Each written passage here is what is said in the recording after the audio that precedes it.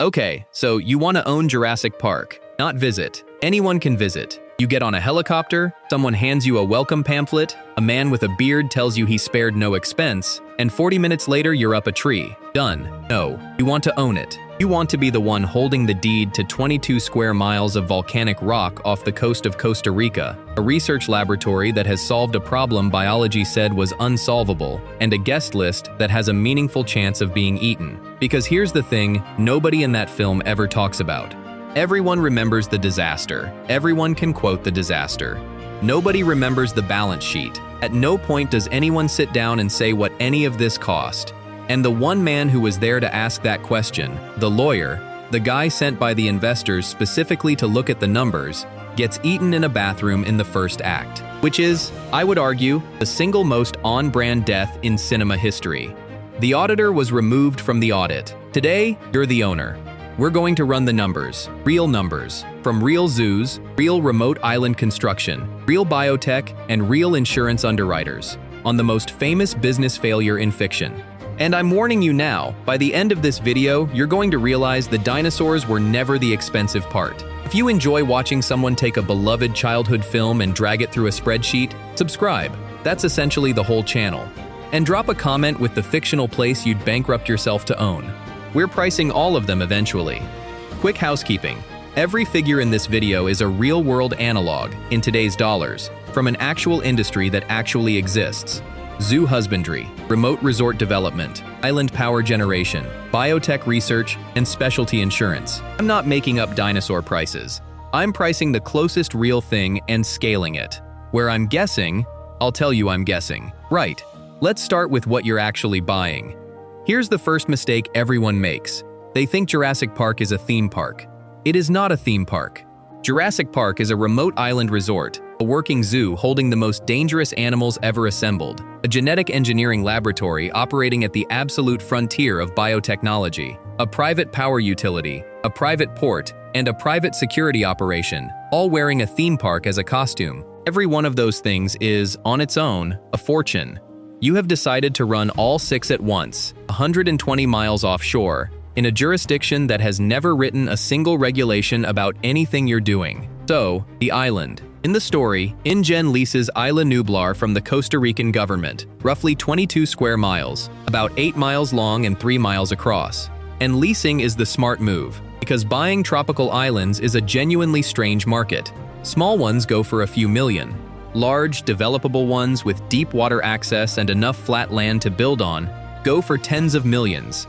And there are maybe a handful on Earth at this scale that anyone would sell you. But the purchase price is a rounding error, and here's why. You are not buying a resort. You are buying a construction site that is 120 miles from the nearest hardware store. Because everything arrives by boat. Every bag of cement, every steel beam, every generator, every fence post, every kitchen appliance, every truck, every one of the several thousand tons of concrete in that visitor center. It comes in on a barge, gets craned onto a dock you had to build first, and gets driven up a road you also had to build first. In the remote construction industry, this is a well-understood, deeply unfunny multiplier. Building on a remote island typically runs 2 to 3 times mainland cost for the identical structure.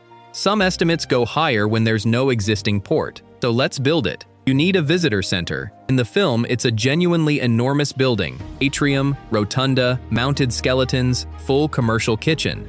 You need guest accommodation. You need a laboratory complex, which is not an office. It's a clean room biological research facility with an embryo cold store and a hatchery. You need a veterinary hospital sized for patients that weigh as much as a fire truck. You need roads through jungle across 22 square miles. You need a dock, a helipad, staff housing, a maintenance depot, a fuel farm, water treatment, waste treatment, and a control room. For scale, Universal's epic universe, built in Florida, on flat land, next to a highway, with a power grid, cost about $7 billion.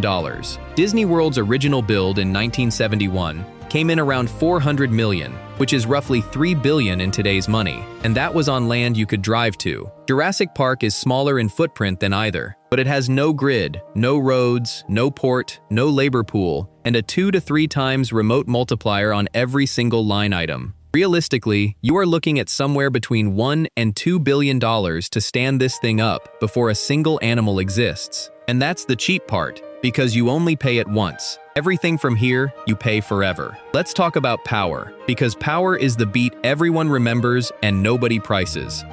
There is no grid. There is no utility. There is no power company to call. You are the power company. That means diesel generation, and it means a fuel farm, and it means a barge that shows up on a schedule for the rest of the park's operating life, forever. Because if it doesn't, the island goes dark. Island microgrids are one of the most expensive ways to make electricity on Earth. Remote diesel generation commonly runs 3 to 5 times mainland grid rates once you've paid to ship the fuel. And your load is not a normal load. You are running a full resort, a commercial kitchen, a biological laboratory with cold storage that cannot warm up, a hospital, and, the big one, miles of electrified fence carrying 10,000 volts, continuously, 24 hours a day, forever. Call it several $1 million a year just to keep the lights on and the fences hot. And now I want to dwell on this, because as a fan, I watched this film for 20 years and never once asked the obvious question, why was there one system? The entire plot of Jurassic Park, the whole disaster, every death, happens because one person shuts down one system and the fences turn off. That's it. That's the failure. In real safety-critical infrastructure, that scenario is designed out of existence. Hospitals have backup generators, data centers have backup generators, and backup generators for the backup generators, and they test them monthly. The industry term is N+1 redundancy. Whatever you need, you own one more than that. Jurassic Park had one power system, and when it went off, the 10,000-volt fence holding back an 8-ton carnivore became a decorative wooden post. A backup generation system for a facility this size is maybe $1 to $3 million. Against a $2 billion build, that's 0.1%. It is the cheapest insurance in the entire budget, and it is the single line item that would have prevented the entire film. Speaking of the fences, 22 square miles, divided into paddocks, each ringed in high-voltage fencing, and, in the more dangerous enclosures, concrete moats and reinforced barriers. Real zoo containment for dangerous animals is not cheap and not simple. A modern big cat or elephant enclosure built to accredited safety standards runs into the millions per exhibit, and that's for animals we have a century of experience containing. You are containing animals nobody has ever contained. There is no engineering standard. There is no best practice. There is no other zoo you can call and ask what worked. You are writing the safety literature in real time, using guests as the peer review, and the fence only has to fail once. That asymmetry is going to come back in the insurance section, and it's going to be ugly. Now, feeding them. This is where people expect the number to be enormous, and honestly, it's more manageable than you'd think, which surprised me. Start with the carnivores. Real-world large carnivores eat somewhere around 2 to 3% of their body weight per day, and the proportion drops as animals get bigger. A tyrannosaur at roughly 8 tons, eating conservatively, is a few hundred pounds of meat a day.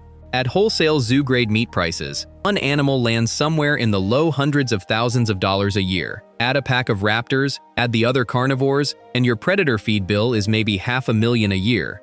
The herbivores are worse, but in a boring way. An elephant eats around 300 pounds of forage a day. A brachiosaurus is, generously, 10 elephants. But here's the good news, and it's the one genuine win in this entire video. You own 22 square miles of tropical island. You can grow it. Sustained year-round growing season. No winter, no shipping. A serious agricultural operation on island. Staff, equipment, irrigation, but it's real money saved. Call the whole feeding operation $1 to $2 million a year. In a budget this size, that's noise. Which brings us to the live goat. You know the scene. They tether a live goat in the Tyrannosaur paddock, in front of paying guests, on the tour. Financially, that goat costs nothing. It is a rounding error inside a rounding error. But I need you to understand what that goat actually is, because it's not a feeding strategy. It's a public relations event. You have built a family attraction, and the centerpiece of the tour is a live animal being killed in front of children, on a schedule. No accredited zoo on Earth does live feeding as a spectacle. There is no version of that footage that doesn't end up on the news. The goat is free. The goat is also the most expensive animal on the island. Veterinary care. This one genuinely worried me. There's a scene most people forget, and it's the most economically terrifying scene in the film. They find a sick triceratops, and the park's own veterinarian, qualified professional, standing next to the animal, cannot tell them what's wrong with it. She has theories. She's running tests. She doesn't know. That's not incompetence. That's the actual situation. There is no veterinary literature for any animal on this island. No published dosages, no known baseline vitals. No idea what normal blood work looks like. No idea which anesthetics work, or at what dose, on a 12-ton animal whose metabolism nobody has ever studied. Every single medical decision on this island is a first-in-species experiment being performed on an asset worth millions. And anesthesia on very large animals is genuinely dangerous and expensive. Even when you know what you're doing, the animal can crush its own organs under its own weight. Now do it on a species with no reference data. You need a full veterinary hospital, multiple specialist vets on permanent staff at frontier salaries, a diagnostic lab, and a pharmacy stocked on guesswork. Call it 2 to 4 million a year, and understand that you are paying it to be confidently uncertain. Now the lab. This is where the real money is. Everything so far, the island, the buildings, the power, the fences, the food, is expensive but conventional. You could hire a firm to do all of it. The lab is different. The lab is the thing that doesn't exist. Our closest real-world comparison is genuinely useful here, because de-extinction is now an actual industry. There is a real company, Colossal Biosciences, working on bringing back the woolly mammoth and other lost species. It has raised hundreds of millions of dollars and has been valued in the billions. And as of today, it has not produced a mammoth. That's your comp. Hundreds of millions, some of the best genomicists alive, modern computing, and the mammoth, an animal that died out 4,000 years ago, that we have frozen soft tissue for, whose closest living relative is a healthy species we can study, is not finished. InGen did that for animals 66 million years dead, with no soft tissue, no close living relative, and 1980s computers. So the research program is not a line item, it's a decade, and it's billions. And critically, the lab never stops costing money. It is a permanent cost center that produces no revenue. It doesn't sell anything, it makes inventory, and the inventory eats. And each animal is a bespoke prototype, not a product with a unit cost that falls as you scale. Every hatchling is a hand-built one-off, with a failure rate you eat entirely, because a failed dinosaur has no salvage value. Staff. You need keepers, vets, security, hospitality, kitchen, groundskeeping, maintenance, boat and helicopter crews, geneticists, lab techs, and park operations. On a remote island, every one of those people needs housing, food, transport rotation, and a hardship premium to make the job worth taking. Remote site industries, offshore energy, mining, Antarctic research, routinely pay a large multiplier over mainland rates for exactly this reason. Several hundred staff, fully loaded, on an island, is comfortably $20 to $40 million a year. And then there's the IT department. Need to talk about Dennis Nedry, because Dennis Nedry is the best business lesson in this entire film, and almost nobody reads him that way. The park's entire computer infrastructure, the security systems, the door locks, the fences, the vehicle network, all of it was designed and written by one contractor. One. And that contractor was, by his own extremely loud account, underpaid. He complains about it directly. He says the money didn't work out, and then a competitor offers him $1.5 million for embryos, and he takes it, and to do it he shuts the whole system down. Strip the dinosaurs out, and this is a completely ordinary corporate catastrophe. You have a safety-critical system with a single point of failure, no code review, no second engineer who understands it, no documentation, and the one person holding all of it is unhappy about his compensation. That is a real risk category. Companies have died exactly this way, with no raptors involved at all. Paying your systems engineer properly, and hiring a second one, is maybe $500,000 a year. It is the highest return line item on the entire balance sheet. And Hammond, a man who says spared no expense roughly every 11 minutes, is the one who cheaped out on it. He spared no expense on the dinosaurs. He spared enormous expense on the guy holding the keys. Right, insurance. I've been looking forward to this. Theme park liability insurance exists. It's a mature market. Zoo liability insurance exists, including for dangerous animals, and it's expensive but writable, because underwriters have a century of data. They know how often a big cat gets out, what happens, what it costs. Now walk into Lloyd's of London and describe this. You want to insure a guest attraction. The attractions are apex predators. They are novel organisms with no behavioral literature. They are contained by a system you designed yourself with no engineering precedent. Your guests are transported through the enclosures in unarmored vehicles. Your worst-case single event is not an injury claim, it's a mass casualty event with unlimited liability, global press, and a lawsuit from every family on the island. Underwriters price uncertainty as risk, and risk as premium. And you are not offering them uncertainty at the edges. You are uncertain about literally everything. There is no actuarial table. There is no loss history. There is no comparable. When an underwriter cannot model a risk, they don't quote high, they decline. So realistically, either this park is uninsurable or you're self-insuring, which means holding hundreds of millions in reserve against the day the fence fails. And remember, it only has to fail once. And I want to point out the detail I mentioned at the top because it's genuinely perfect. The lawyer on that island, Gennaro, was there specifically as the investor's risk assessment. That was his job. He was the due diligence, and he is eaten, on the tour, during the assessment, by the exhibit he came to evaluate. That's not an insurance claim, that's a warning label. One more, quickly, regulation. There isn't any. There is no regulatory framework anywhere on Earth for a de-extincted animal, because the category didn't exist when the rules were written. Zoo accreditation bodies have detailed standards for every species they recognize, and they recognize none of yours. You cannot be accredited. You are operating in a legal vacuum, which sounds like freedom and is actually the opposite. It means when something goes wrong, the rules get written afterward, retroactively, by people who are very angry at you. So what does this thing actually cost? Build. $1 to $2 billion. Research program before that, billions more. Over a decade. Annual operating. Power, fences, feed, veterinary, staff, maintenance, marine and air logistics, the lab that never stops. Comfortably $80 to $150 million a year, every year, before you sell a single ticket. And now the revenue side, which is the genuinely interesting part. In the story, the plan is a small number of very wealthy guests at extremely high prices, and that plan is wrong. It's wrong in a way that a real park operator would catch in a single meeting. High price, low volume does not cover a $100 million annual nut. It just doesn't. The arithmetic doesn't work at any believable ticket price. The real theme park industry is a volume business. $50 to $150 a head, tens of thousands of people a day, plus food, plus merchandise, plus hotels, and the volume is what pays for the capital. And here's the uncomfortable thing. The sequel proves the volume model works. Jurassic World, same island, same concept, done properly. Reportedly ran for about a decade at around 20,000 guests a day. Do that arithmetic. 20,000 people, call it $150 a head across tickets and spending, 365 days a year.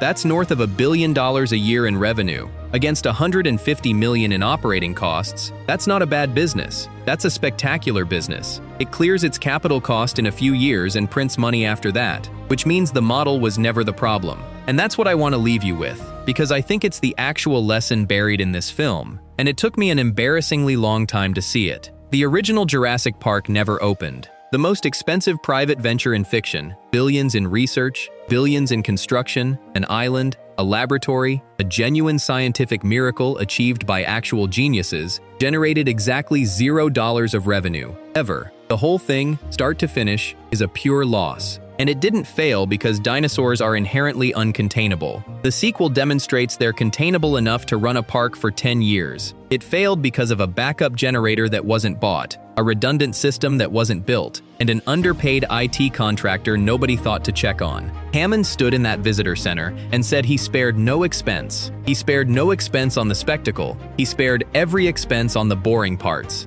The redundancy, the maintenance budget, the second engineer, the risk assessment he sent a lawyer to do and then let get eaten. The dinosaurs were never the expensive part. The dinosaurs worked. The dinosaurs were, in the most literal sense, the one part of this business that performed exactly as designed. So yes, you can own Jurassic Park. It costs a couple of billion to build, roughly $150 million a year to run, and it's a genuinely excellent business. Right up until the cheapest line item on your entire balance sheet is the one you decided to skip. Spare the expense on the dinosaurs. Do not spare the expense on the generator. If you made it this far, subscribe. We're pricing every impossible place in fiction eventually. And tell me in the comments which one I should bankrupt myself on next.